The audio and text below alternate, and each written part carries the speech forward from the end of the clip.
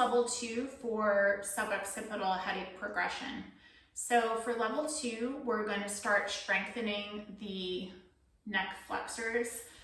The neck flexors have 2 layers. There's the deep layer and the more superficial layer. So we're going to start improving endurance in the deep neck flexor area. So we've mentioned how you can mobilize with a ball last time. Just another tip, you can mobilize with a weight just by putting your head on that weight as well. So just the tip of it. Anything that's firm that'll push into the base of the neck is good to use. So there's a lot of different options, but for right now, I'm going to show you deep neck flexor endurance. And that's going to look like, at first we might want to use a pillow.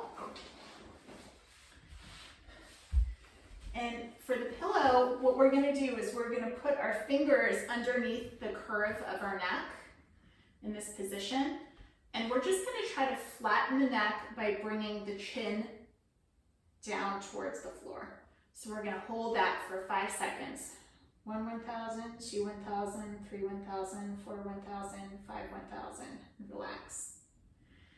And we're going to work that up from 5 seconds to 10 seconds, holding it down for 10 seconds. And relax. And we can start with 1 set a day and then increase to 5 sets of that per day to 10 sets per day. So we're really improving the endurance and hold time for this position and being able to get better endurance so we can do multiple sets throughout the day.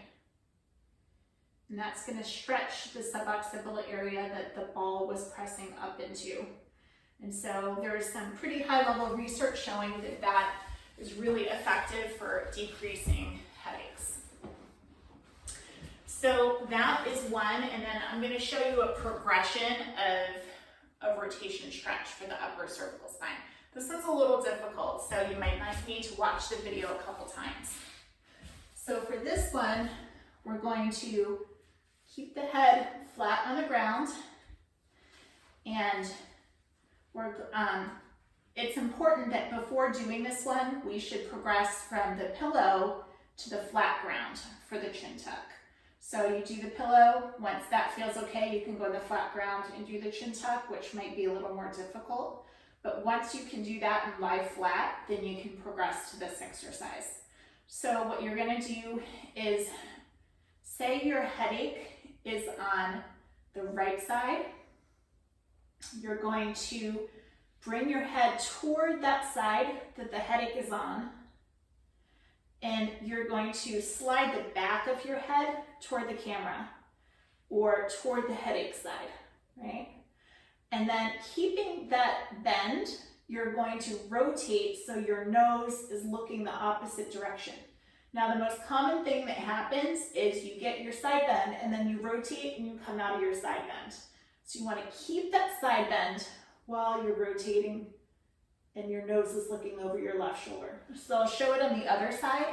What you can do is, if your headache's on the left side, you can bring your head toward the headache side, keep it there. So you're moving the back of your head against the floor, across the floor, keeping your nose looking up at the ceiling for that. So that's the first step. And the second step is turning your head to look over that side, the right side. And you're going to rotate as far as you can, keeping that side bend. And that's usually associated with improvements in looking over your shoulder. So say in the beginning when you have your headache, you can only look over your shoulder that far. Maybe after doing this exercise, you'll be able to look over your shoulder all the way with less pain. So that is level 2.